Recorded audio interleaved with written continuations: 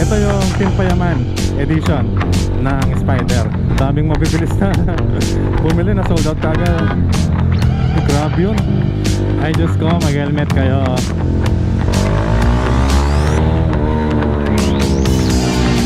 Ay, ganda pala dito. Lalo na paggabi. Ganda dito.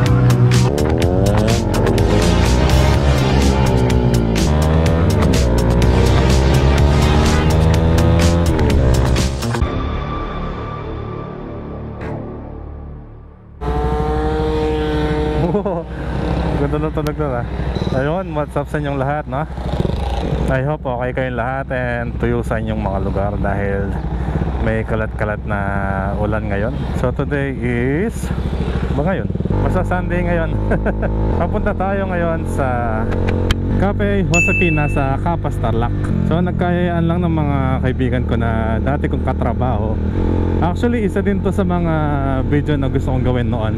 Yung ililibot ko kayo dito sa Pampanga. Saan ba yung mga potensyal na magagandang kainan, kapehan, gano'n.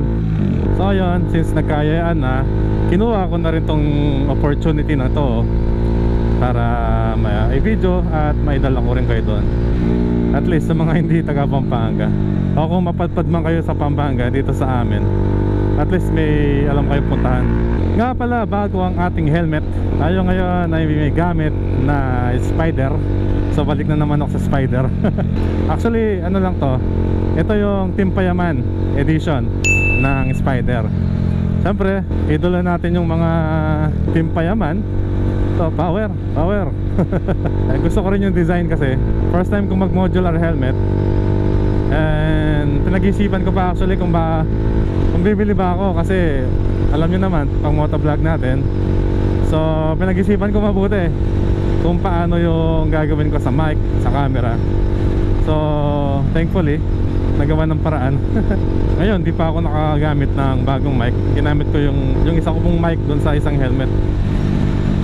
So sana malinaw ang aking boses. Saka di ko rin alam yung quality sa loob ng helmet na to. So first time ko palang gagamitin.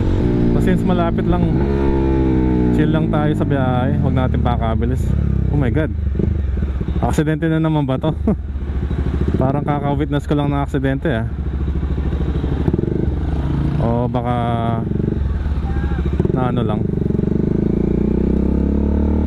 nasiraan lang. Hopefully nasiraan lang. Wala naman ako nakita nakahiga or something na ganun. O yan. Parang dun sa last kong post, no, may nasaktuhan akong aksidente mismo sa harapan ko. So buti na lang di tayo nasabit o na-involve dun sa aksidente na yon, kasi sinusundan natin yung proper braking distance, tawag kasi doon. So balikan ko lang yung video na yon. Kung hindi nyo pa napanood, ito yung clip.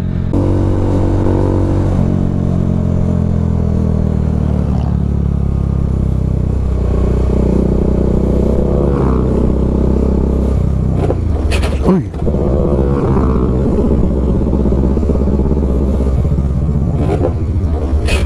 Uy! Ang kahalagahan ng safe braking distance kapag nagmamaneho tayo, mapamotor man o kahit ilang pang gulong na sakayan yan. Kung full stop, okay lang. Pero pag running, kahit mabagal man, kailangan talaga natin ng safe distance. Ewan ko kung napapansin nyo sa mga video ko, hindi ako madalas dumidikit kasi nga yun, lagi kong iniisip anytime pwede magpreno tong nasa harapan ko. Kaya thank God never tayong na-involve sa ganung aksidente. Kaya ko rin naman na-share sa inyo kasi nga itong channel na to ay nagpo-promote ng safety sa pagdadrive. So kung may matutunan man ako, malaman na bagong kaalaman para maging safe tayo sa biyahe, siyempre isi-share ko sa inyo. At masaya din ako makinig sa inyo kung may mga idea kayo, mga technique para maging safe ang ating biyahe. Siyempre iwan nyo sa comment yan, sigurado hindi lang ako magbabasa. Ayan, back tayo dito, no. Malapit lang ito, mga 30 minutes away lang sa amin. 25 kung bibilisan ko. Pero hindi, siyempre may pamilya na tayong uuwihan, kaya relax lang tayo sa biyahe. Hindi naman tayo nagmamadali, enjoy lang natin yung biyahe. Ito sa mga intersection na to, mag-minor tayo. Review sa helmet ng Team Payaman helmet, no? Maganda siya. Maganda yung design. Medyo may pagka futuristic siya, lalo na yung spoiler niya sa likod. Magaan siya, pero sa akin medyo bumigat kasi nalagyan ko na ng intercom, ng lalagyan ng camera, kaya medyo nagkadagdag sa bigat. Pero okay lang, sanay naman tayo. Hopefully maganda rin yung kuha ng audio, kasi alam ko Spider kasi talagang dinig mo yung sa labas eh, lalo na yung hangin. Pero kanina tinry ko, nakabukas yung harapan, eh wala naman ako naririnig na whistle, so parang maganda nga siya. Actually dapat bibili ako nung nung na-launch to eh, kaso daming mabibilis na bumili na sold out kagad. Grabe yun, sobrang dikit. Huwag niyong gagayahin yun. Pwede naman niya ako businahin, tatabi naman tayo. Hindi naman tayo mabagal magmaneho, saktong bilis lang, mamadali. Tandaan nyo, wag na wag kayo magmamadali sa biyahe nyo. Di baling malate kayo, basta ligtas kayong dadating doon sa pupuntahan. Kasi hindi man kayo maaksidente, baka maka-aksidente kayo. Actually pang-along beses ko palang dadaan dito. Nung una, kung first time namin pumunta doon sa Longest Food Park, tapos pangalawa nung nagbagyo kami, dito kami dumaan. Tapos ngayon ito, pangatlo. Ang gumilid sa atin, plate number CAK1082, Toyota Hi-Ace. Siguro magkasama sila ng dalawang van na yun, kaya nag-aahabolan sila, which is pangit. Pero lagi tayong mag-iingat. Tignan mo, nagmamadali siya pero di naman siya nakalayo sa atin. Ang ma-advise ko lang, every lipat nyo tumitingin kayo sa side mirror nyo, and then magsisignal kayo palagi. So downshift, every curve downshift tayo para mas may control tayo. Lagi naman tayo nawawalan ng control eh, o kadalasan nawawalan ng control yung mga driver kapag sobrang bilis. Basta wag na wag kayo magpapreno sa curve. Magpreno kayo bago mag-curve. Okay, 11 minutes away. Siguro magpo-focus muna ako sa biyahe. Balikan ko kayo pag nandun na tayo. Ay Diyos ko, mag-helmet kayo. Kahit estudyante kayo, alam namin wala kayo lisensya, pero mag-helmet naman kayo.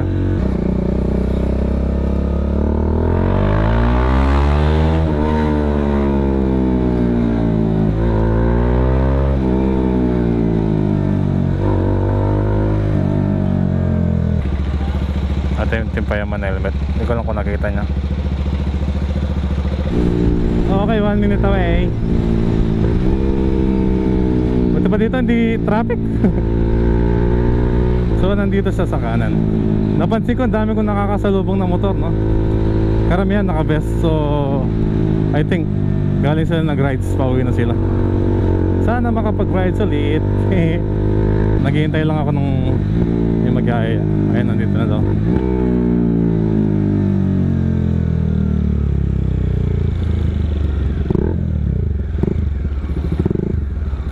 Ang ganda talaga ng entrance ito.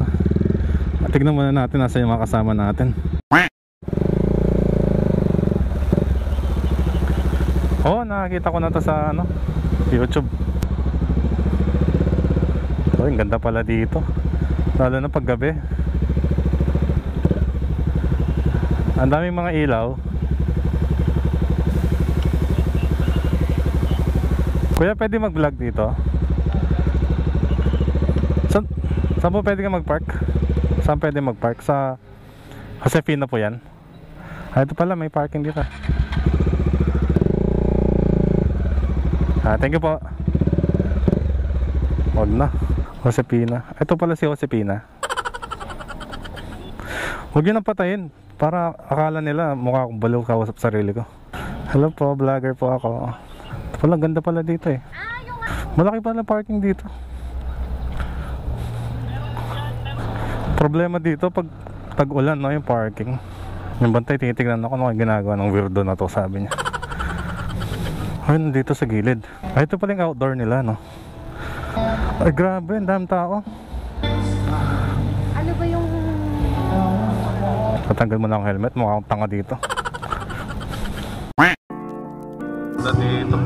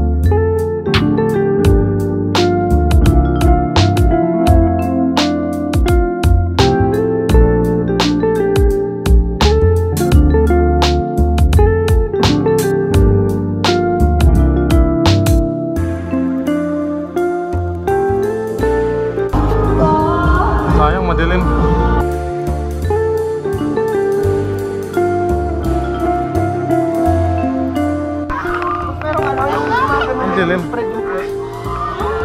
Hindi makita. Malaking bibi, no? Sayang madilim.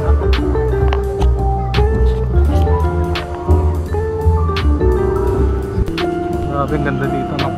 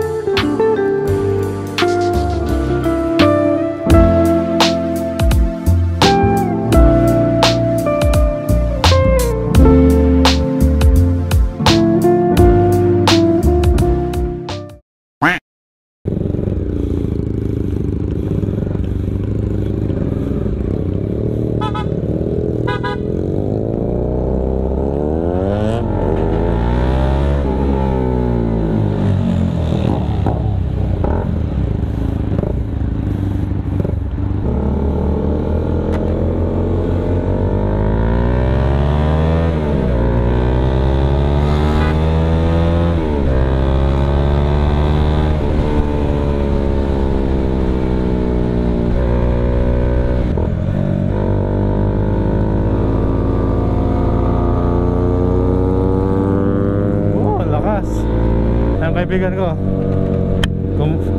bumili ng SRK 400 ng QJ Motors.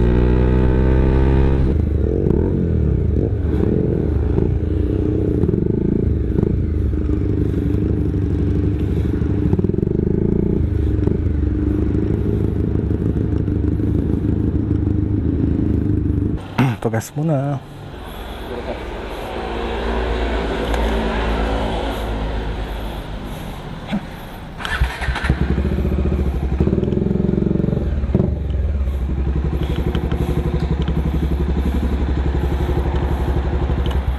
$95 po, full tank. Para dire-diretso na bukas.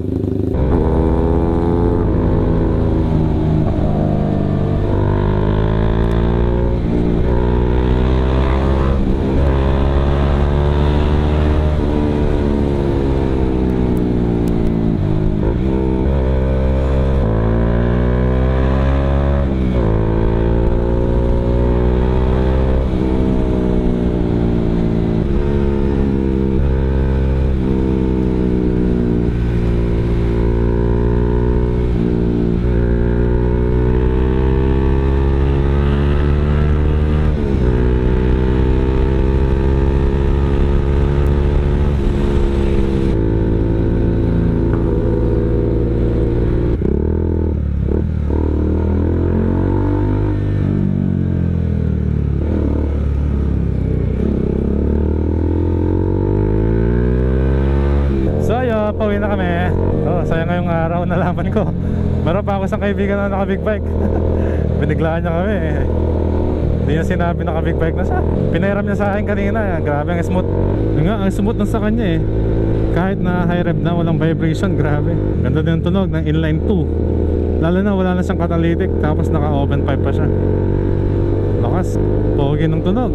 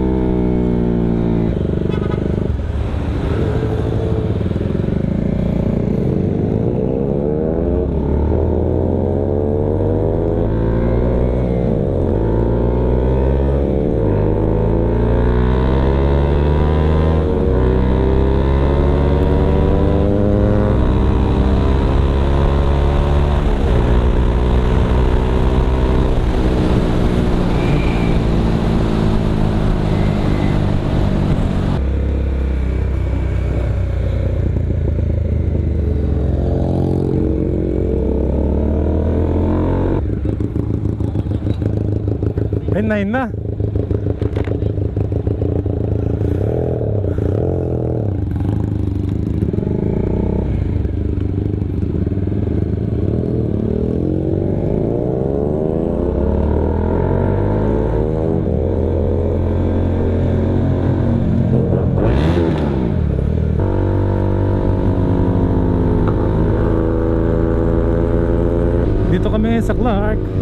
tinamaan ko lang lumibot to.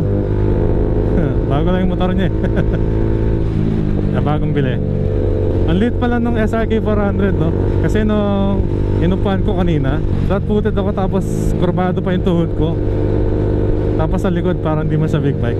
Hindi mo maririnig yung tambutso niya talaga. Kala ko pupunta pa tayong Severa eh. Ha? Kala ko pupunta tayong Severa. Oh, sarap mag-rides pag may kasama. Kahit dito lang sa amin. Ito ng tunog oh. Cut, delete. Tapos SC project na ano, short canister. Dinig na dinig mo yung inline 2. Nubuksan ko yung helmet ko, ang init. Mag-iingay lang kami dito sa Clark. Sorry po.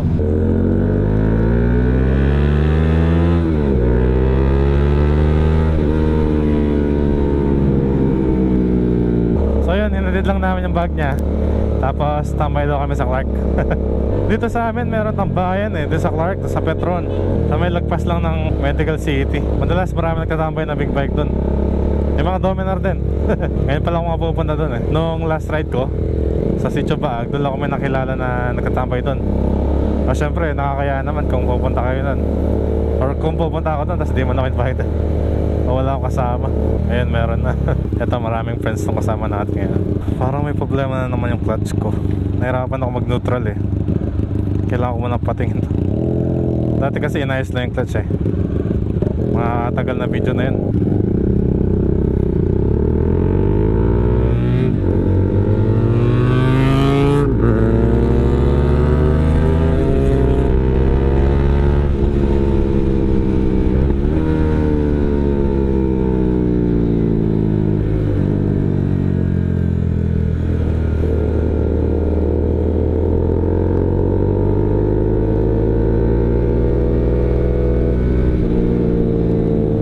Ito na yung Petron.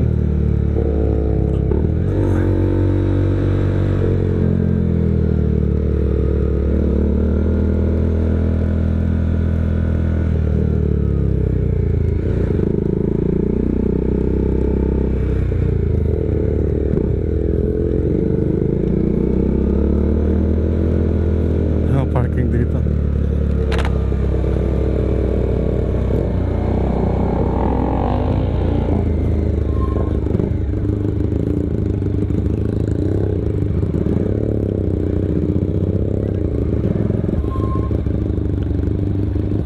Ganda ng mga motor.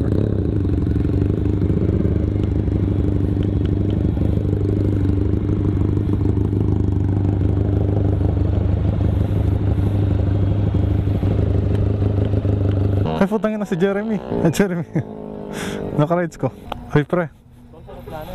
Ay, tangina, kamala yan. Kaya pala sabi ko, familiar yung motor eh.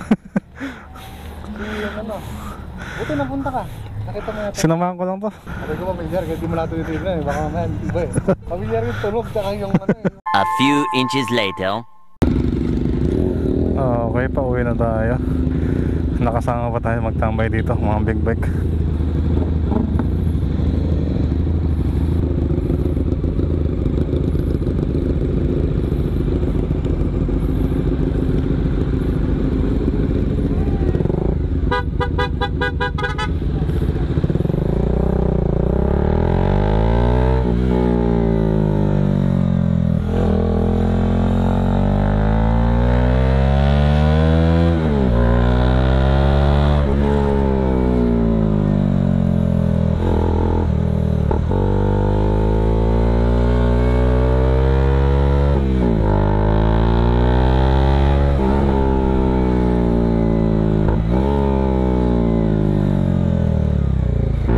Let's go, uwi na.